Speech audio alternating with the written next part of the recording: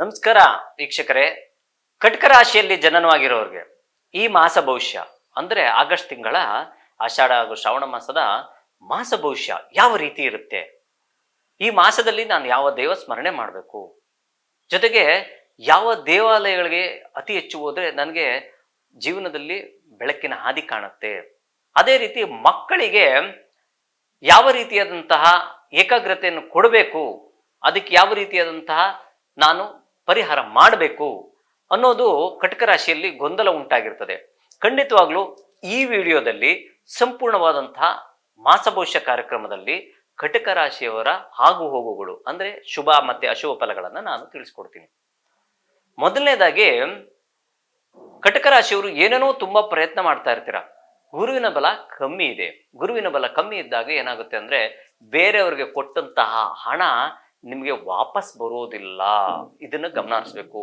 ಯಾರಿಗೋ ಕೊಟ್ಬಿಟ್ಟಿದೀವಿ ಅಥವಾ ನೀವೇ ಯಾರಿಗೋ ಕೊಡ್ಬೇಕು, ಸಾಲ ಇಸ್ಕೊಂಡಿರ್ತೀರಾ, ಅದು ಸಹ ಸಾಲವನ್ನ ತೀರ್ಸೋಕ್ಕಾಗಲ್ಲ. ಇದು ಒಂದು ಸಮಸ್ಯೆಯ ರಬ್ಬಿಂಗ್ ಅಂತ ಹೇಳ್ತೀವಿ. ಗೊಂದಲದಲ್ಲಿ ಸಿಗಾಕೊಂಡಿರ್ತೀರಾ. ಖಂಡಿತವಾಗ್ಲೂ ಇದಕ್ಕೂ ಸಹ ಕೊನೆಯಲ್ಲಿ ಒಂದು ಒಳ್ಳೆ ಪರಿಹಾರ ತಿಳಿಸ್ಕೊಡ್ತೀನಿ. ಖಂಡಿತ ಆ ಪರಿಹಾರವನ್ನ ಫಾಲೋ ಮಾಡಿ. ಅದರೊಟ್ಟಿಗೆ ಮನೆಯ ಆಸ್ತಿ ಅಂದ್ರೆ ಹಿರಿಯರ ಆಸ್ತಿ ವಿಚಾರದಲ್ಲಿ ಸ್ವಲ್ಪ ಗೊಂದಲ ಉಂಟಾಗುವಂತ ಸಾಧ್ಯತೆ ಇರ್ತದೆ. ಅಂದ್ರೆ ನಿಮ್ಮ ಪಿತ್ರಾರ್ಜಿತ ಸೊತ್ತಿನಲ್ಲಿ ಸ್ವಲ್ಪ ಗೊಂದಲ ಉಂಟಾಗುವಂಥದ್ದು, ಕಿರಿಕಿರಿ ಆಗುವಂಥದ್ದು, ಚಿಕ್ಕಪ್ಪ ದೊಡ್ಡಪ್ಪ ಮಕ್ಕಳಾಗಿರ್ಬೋದು, ದಾಯಾದಿಗಳು, ಇವರಿಂದ ಸ್ವಲ್ಪ ಸಮಸ್ಯೆಗೊಳಗಾಗುವಂತ ಸಾಧ್ಯತೆ ಇರ್ತದೆ. ಏನ್ ಗುರುಗಳೇ ಬರೀ ನೆಗೆಟಿವ್ ಹೇಳ್ತಾ ಇದ್ದೀರಿ, ಯಾಕೆ ಈ ತರ ಅಂತ ನೀವು ಅಂದ್ಕೊಂಡಿದ್ದೀರಾ?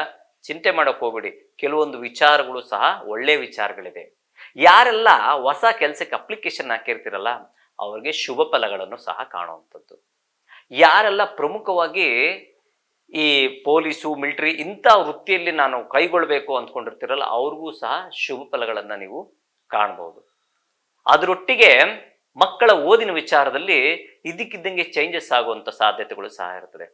ಅದರೊಟ್ಟಿಗೆ ನೀವು ಮಾಡ್ಬೇಕಾದಂಥದ್ದು ಪ್ರತಿನಿತ್ಯ ಗುರುಗಳ ಸ್ಮರಣೆ ಮಾಡ್ಕೊಂಡ್ ಬಂದ್ರೆ ಖಂಡಿತವಾಗ್ಲೂ ಆ ಮಕ್ಕಳಿಗೆ ಹೇಳ್ಕೊಡ್ಬೇಕು. ನೀವು ಯಾವ್ದಾದ್ರು ಒಂದು ಗುರುಗಳಿಗೆ ಸಂಬಂಧಪಟ್ಟಂತಹ ಒಂದು ಮಂತ್ರವನ್ನು ಹೇಳ್ಕೊಟ್ಟು ನಂತರ ಉತ್ತರಾಭಿಮುಖಕ್ಕೆ ತಿರುಗಿಕೊಂಡು ಅವ್ರು ಓದುವಂತ ಪ್ರಯತ್ನ ಮಾಡಿದ್ರೆ ಖಂಡಿತ ಮಕ್ಕಳು ಒಳ್ಳೆಯ ವಿದ್ಯಾವಂತರಾಗ್ತಾರೆ.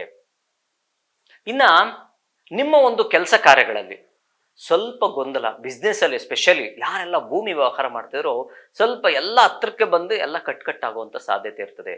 ಏನೋ ಒಂದು ಕೆಲಸದ ಬಗ್ಗೆ ನೀವು ಏನೋ ಒಂದು ಹೊಸ ಹೊಸ ವಿಶೇಷವಾದಂತಹ ಯೋಚನೆಗಳು ಹಾಕೊಂಡಿರ್ತೀರ, ಅಂದ್ರೆ ಯೋಜನೆಗಳು ಹಾಕೊಂಡಿರ್ತೀರ, ಆ ಯೋಜನೆಗಳು ಸಹ ಸ್ವಲ್ಪ ವ್ಯತ್ಯಾಸ ಬರುವಂತ ಸಾಧ್ಯತೆ ಇರ್ತದೆ. ಪ್ಲಾನ್ಸ್ ಅಂತ ಏನ್ ಹೇಳ್ತೀವಿ, ಆ ಪ್ಲಾನ್ ಅಲ್ಲಿ ಸ್ವಲ್ಪ ಕಟ್ಟಾಗುವಂತ ಇರ್ತದೆ. ಭೂಮಿ ವಿಚಾರದ ಬಗ್ಗೆ ಸ್ವಲ್ಪ ಗಮನ ಹರಿಸ್ಬೇಕು. ಸ್ನೇಹಿತರೇ ನಿಮಗೆ ಸ್ವಲ್ಪ ಶತ್ರುಗಳು ಅಂದ್ರೆ ಹಿತಶತ್ರುಗಳಾಗುವಂತ ಸಾಧ್ಯತೆಗಳು ಸಹ ಉಂಟು. ಸರಿ, ಇಷ್ಟೆಲ್ಲ ಓವರ್ ಆಲ್ ಈ ತರ ಇದ್ದಾಗ ಏನಾದ್ರೂ ಒಂದು ಪರಿಹಾರ ಅನ್ನೋದು ಅನುಗ್ರಹಿಸಿರ್ತಾರೆ. ಸಿಂಪಲ್ ಆಗಿ ಹೇಳ್ತೀನಿ ಕೇಳಿ. ಪ್ರತಿನಿತ್ಯ ಅಥವಾ ಗುರುವಾರದಂದಾದ್ರೂ ಸರಿ ಗುರುಗಳಿಗೆ ಹೋಗಿ ಒಂದು 5 ಇಡೀ ಕಡಲೆಕಾಳನ್ನ ಗುರುಗಳ ದೇವಸ್ಥಾನಕ್ಕೆ ಅಂದ್ರೆ ದತ್ತಾತ್ರೇಯ, ಸಾಯಿಬಾಬಾ, ರಾಘವೇಂದ್ರ ಇಂಥ ಒಂದು ಅಥವಾ ಗಣೇಶನ ದೇವಸ್ಥಾನಕ್ಕೆ ಹೋಗಿ 5 ಇಡೀ ಕಡಲೆಕಾಳನ್ನ ಒಂದು ಕವರಲ್ಲಿ ಹಾಕಿ ಎಲ್ಲೆಡಕ್ಕೆ ದಕ್ಷಿಣೆ ಸಮೇತವಾಗಿ ಗುರುಗಳಿಗೆ ನಮಸ್ಕಾರ ಮಾಡ್ಕೊಂಡ್ಬಂದು 5 ಪ್ರದಕ್ಷಿಣೆ ಹಾಕೊಂಡ್ ಬನ್ನಿ. ಖಂಡಿತವಾಗ್ಲೂ ನೀವು ಅಂದ್ಕೊಂಡಂತಹ ಕೆಲಸ ಶತಸಿದ್ಧವಾಗುತ್ತೆ. ಎಲ್ಲ ವಿಚಾರದಲ್ಲೂ ಅಭಿವೃದ್ಧಿ ಹಾದಿ ಸಹ ಕಾಣಬಹುದು. ಜೊತೆಗೆ ಓಂ ಗ್ರಾಂ ಗ್ರೀಂ ಗ್ರೌಂ ಸಹ ಗುರುವೇನ್ ನಮಃ ಅನ್ನೋ ಮಂತ್ರವನ್ನು ಸಹ ಪ್ರತಿನಿತ್ಯ 108 ಸಾರಿ ಪಠನೆ ಮಾಡಿದ್ರೆ ನಿಮಗೆ ಏನು ನೆಗೆಟಿವ್ ಇರ್ತದೋ ಆ ನೆಗೆಟಿವ್ ಎಲ್ಲ ಆಚೆ ಹೋಗಿ ಕಂಪ್ಲೀಟ್ ಆಗಿ ಪಾಸಿಟಿವ್ನೆಸ್ ಸಿಗುತ್ತೆ. ಸಮೃದ್ಧಿಯಾದಂತಹ ಜೀವನವನ್ನು ಸಹ ಕಟಕ ರಾಶಿಯವರು ಕಾಣಬಹುದು. ಎಲ್ಲರಿಗೂ ಶುಭವಾಗ್ಲಿ. ಕಟಕ ರಾಶಿಯಲ್ಲಿ ಜನನವಾಗಿರೋರಿಗೆ ಎಲ್ಲ ವಿಚಾರದಲ್ಲೂ ಅಭಿವೃದ್ಧಿ ಆಗ್ಲಿ ಅಂತ ನಾನು ಸಹ ದೇವರಲ್ಲಿ ಬೇಡ್ಕೊಂತೀನಿ.